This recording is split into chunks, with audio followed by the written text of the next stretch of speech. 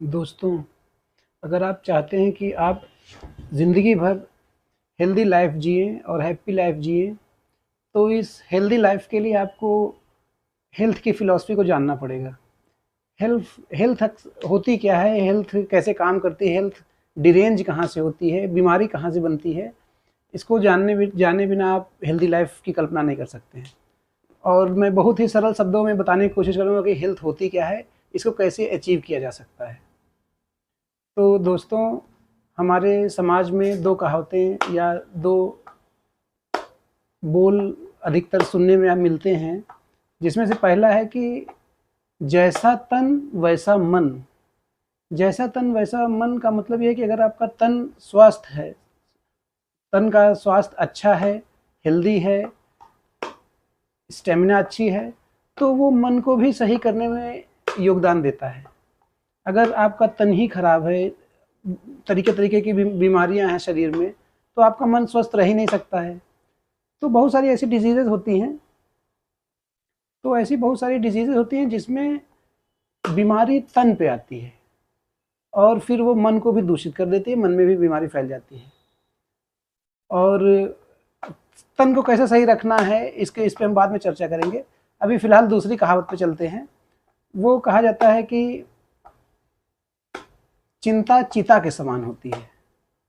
चिंता चिता के समान होती है, इसका मतलब ये है कि अगर कोई मेंटल प्लेन पे या मानसिक स्तर पे अगर कोई व्याधि आई चिंता के रूप में कि या किसी रूप में, उसको यहाँ चिंता से ही दिखाया गया है कि चिंता के रूप में अगर कोई व्याधि आई तो वो मन के स्तर पे आई, लेकिन वो कुछ समय बाद फिर शरीर को भी खराब कर देती है। कहते हैं ना कि चिंता चिता के समान है। चिता चिता तो मरे हुए लोगों को जलाती है, लेकिन चिंता जिंदा लोगों को जलाती है। इससे तात्पर्य यह है कि अगर चिंता करेंगे तो हमारा स्वास्थ्य सही नहीं रह जाएगा, हमारी शरीर सही नहीं रह जाएगी, वो कहीं ना कहीं डिके होती रहेगी, कहीं ना कहीं उसमें बीमारियां आ जाएंगी। तभी तो कहा जाता है ना कि चिंता जिंदा लोगों को जलाती है, मतलब उसके हेल्थ को जला देती है, उसके शरीर को ख़त्म कर देती है। तो इस तरह से हम लोग देखें कि अगर मेंटल प्लेन पे बीमारी आ सकती है या मानसिक स्तर पे बीमारी आ सकती है और शारीरिक स्तर पे बीमारी आ सकती है। अब शारीरिक स्तर के पहले बात करते हैं। दोस्तों, बीमारी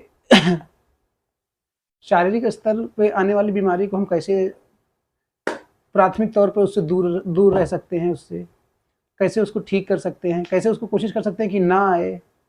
तो इसमें सर्वप्रथम हमारी डाइट का बहुत बड़ा योगदान होता है। हम लोगों को अच्छी डाइट लेनी चाहिए, हेल्दी डाइट लेनी चाहिए, पूर्ण आहार लेना चाहिए। ये नहीं कि एक ही तरह के आहार खाए पड़े हैं और किसी दूसरी चीज़ की कमी हो गई। तो इस तरह से हम हेल्दी रह सकते हैं। उसके साथ साथ बहुत सारे चेकअप्स हैं, बीच बीच में उनका चेकअप कराते रहें, रूटीन जांच कराते रहें। अगर अगर हम लोग संतुलित आहार खाएं, बैलेंस डाइट खाएं, उसके बाद जो है कि बीच बीच में रूटीन चेकअप कराते रहें, तो अधिकतर केसेस में हम लोग बड़ी बीमारी से बचे रहेंगे और 75 टू 85 नॉर्मल लाइफ जी सकते हैं नॉर्मली। अब ये तो रही अपनी जो शरीर से बीमारियां उत्पन्न होती हैं, जो कि कहा जाता है कि शरीर से मन की तरफ जाती हैं। अब कुछ डिजीज़ ऐसी होती हैं, कुछ बीमारियां ऐसी होती हैं जो मन पे आती हैं, उसके बाद फिर शरीर पे आती हैं।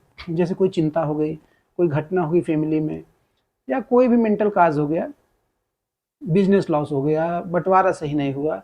तो ऐसी अगर लॉन्ग टर्म में अगर चिंता बनी रहती है, तो वो धीरे धीरे धीरे धीरे अपने शरीर पे भी आ जाती है। मेंटल हेल्थ खराब करती है, उसके बाद शारीरिक हेल्थ खराब कर देती है। तो अब ऐसी चीज़ों से कैसे बचें? अब मेंटल पे तो कोई चीज़ आ गया, चिंता आ गई, तो क्या चिंता ना करें? हाँ, ऐसा होता है।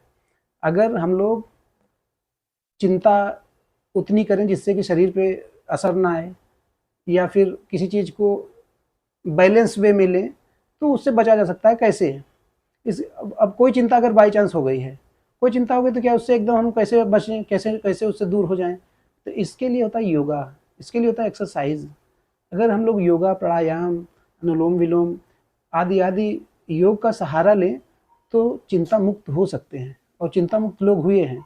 तो इस तरह से अगर मन वाली बीमारी हम लोग रोक देते हैं तो शरीर सुरक्षित रहेगी, और शरीर वाली बीमारी रोक देते हैं तो मन सुरक्षित रहेगा। इस तरह से हम लोग हेल्दी रह सकते हैं। और ये प्रैक्टिस की चीज़ें हैं। तो क्यों ना आज से ही हम लोग संतुलित आहार कम से कम लेना शुरू करें और एक्सरसाइज, प्राणायाम, योगा शुरू करें, तो ये अपने अच्छे हेल्थ की तरफ एक कदम होगा। और फिर मैं आगे वीडियोज़ लाता रहूँगा थोड़ा स्पेसिफिक चीज़ों पे। अभी फ़िलहाल मैं एक हेल्थ की ओवरऑल एक रूपरेखा देना चाह रहा था, जो कि मैं बता चुका हूँ। अब नेक्स्ट वीडियो में मिलते हैं। आगे नेक्स्ट वीडियो में मिलते हैं, तब तक के लिए धन्यवाद।